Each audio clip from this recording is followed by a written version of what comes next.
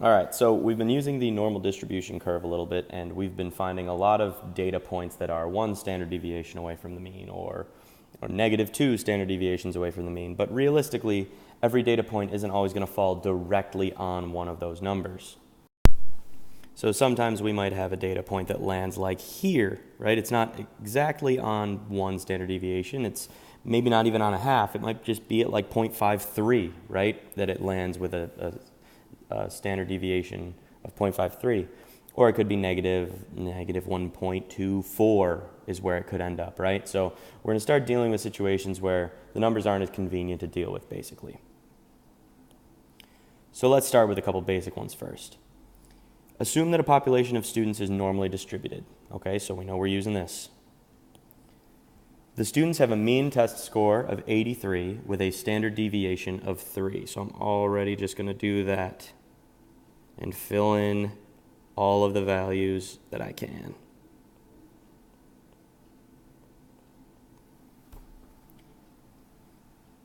Where do the following students fall on the bell curve? So we've got Charles, right? Charles is easy to deal with because Charles happens to fall right on the 2 standard deviation mark.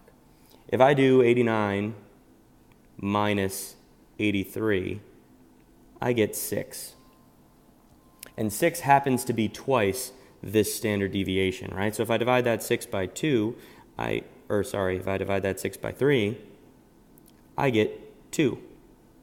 So Charles has a standard deviation, or is 2 standard deviations away from the mean. And what we call this is his z-score. So his z-score is 2 because he is 2 standard deviations away from the mean. So that might not be a bad definition to write down. It's just how far from the mean a data point is. And it matters which direction it is too, because we can have negative z-scores and positive z-scores. So Charles happens to be at the 2 standard deviations mark, so his z-score would be 2. So I would say 2 for Charles. Jill is a little bit of a different story. Her number isn't any of these. But let's do exactly what we just did with Charles. So we said, let's figure out how far away it is from the mean first. So if I do 84.5 minus 83, gives me 1.5. All right, so then what we then decided was we took this number and we divided it by the standard deviations to figure out how many standard deviations this is. And if you divide 1.5 by 3, you get 0.5. So Jill is 0.5 standard deviations away from the mean. And what you're starting to see here is a pattern emerging for how we're going to find each of these. If you want to find the z-score, all you need to do is take whatever number you're dealing with, so x we'll call it, subtract the mean from it. And remember, we use mu to represent the mean, and divide it by the standard deviation of our data set, right? So this is our formula for finding the z-score, or our formula for finding how far from the mean a data point is. So we'll be using this all the time. Let's try this with Allie. Allie's score is 81, so we will just do 81 minus the mean divided by 3. And with Allie, we get negative 2/3. So Allie's one of these people that's a little tricky, right? Because Jill is right here. Jill's right in the middle. She's at 0.5. Charles was right here at 2. So there's Charles. But Allie is negative, and she's not on the half. She's not on the whole. She's 2/3 of the way to a whole. So that's around where Allie might be. She's not at that halfway mark. So we're starting to deal with people that can be put into this normal distribution curve who don't fit in a convenient way, because they're real data points. Real data points don't always work out in a convenient way. All right, so we can turn this around and we can say, well, what if you're just given the z-score? So it says Jameson's score resulted in a z-score of 2.3. So now we know this. What was his test score to the nearest tenth? So we know this. We know the mean. We know the standard deviation. We do not know what his test score was. So we'll use the same formula, 2.3, because we know the z-score, equals something we don't know, minus our mean, which we know is 83, all divided by our standard deviation, which we know is 3. And to solve this, we can multiply both sides by 3. Then we'll add 83 to both sides, and we should end up with x equals 89.9. So his test score was an 89.9%, and we wanted it to the nearest tenth, so there we have it. I guess this is a test where you can have tenths of a percent because Jill had the same deal. All right, so now we can find the z-score of a given test score. We could also find the test score if we're given the z-score. All of it revolves around this one formula and this bell curve. That's it. It's the only two things that we've used so far. But now we're going to start to use a z-table. So you haven't been given a z-table, but you will be given one in class tomorrow. And we're going to use it on this next problem. Okay, so forget about the test scores, and let's move on to the bench press. The bench press results of a population of athletes are normally distributed. So a bench press is where you sit on your back, you've got the barbell over you, and you press it up and down as many times as you can. So we're going to assume that they're all using the same weight here. The mean number of reps of a given weight was 22 with a standard deviation of 5. So mu is 22, sigma is 5. Good thing to make a note of. Greg was able to do 31 reps. Where does his score land on the normal distribution curve? So what we're asking here is, what is his z-score? Well, his z-score is going to be whatever his score was minus the mean divided by the standard deviation. So if we do 31 minus 22 divided by 5, we get 1.8. So Greg is above the mean.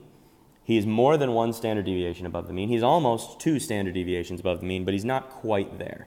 So remember that these scores don't apply to the bench press, but if this is our bell curve, Greg is around here somewhere.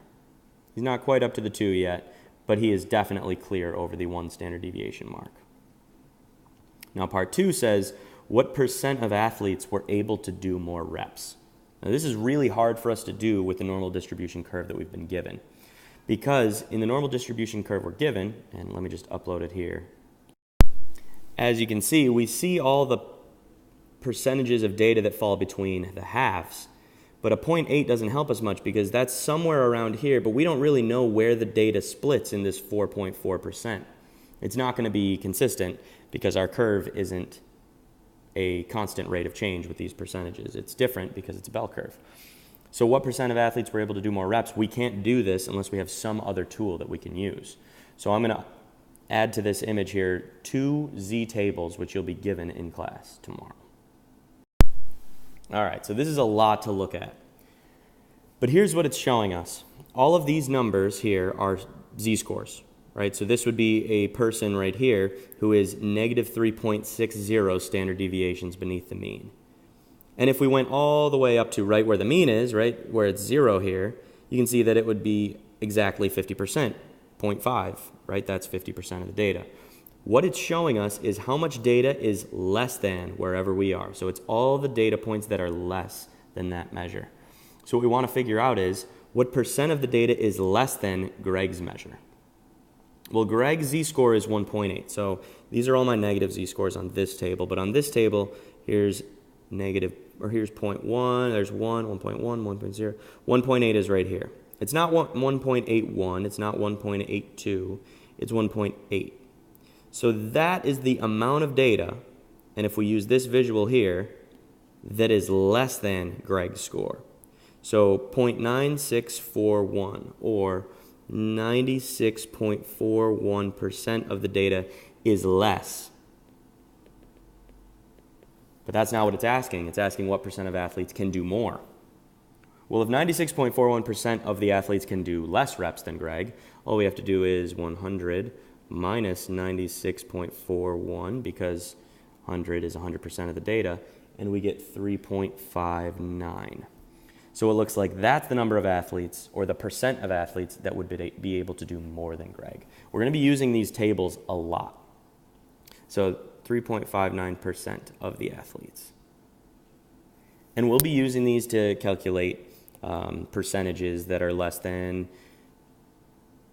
3.54 z-scores, right? So that would be, there's 3.5, here's 3.5, 1, 2, 3, 4. That would be almost all the data, right? And this is a possibility here for us to calculate basically what percent of data lies within any given range we want to find. So we'll play around with these tables a little bit more, but right now you should just be able to understand where we got that percentage from in these z-tables, and you should see how it relates to our normal bell curve, because really this is this bell curve. It's just giving us the ability to see in between these lines a lot more and what these percentages are when we're dealing with not so nice numbers. All right, guys, good luck with this, and I will see you guys tomorrow.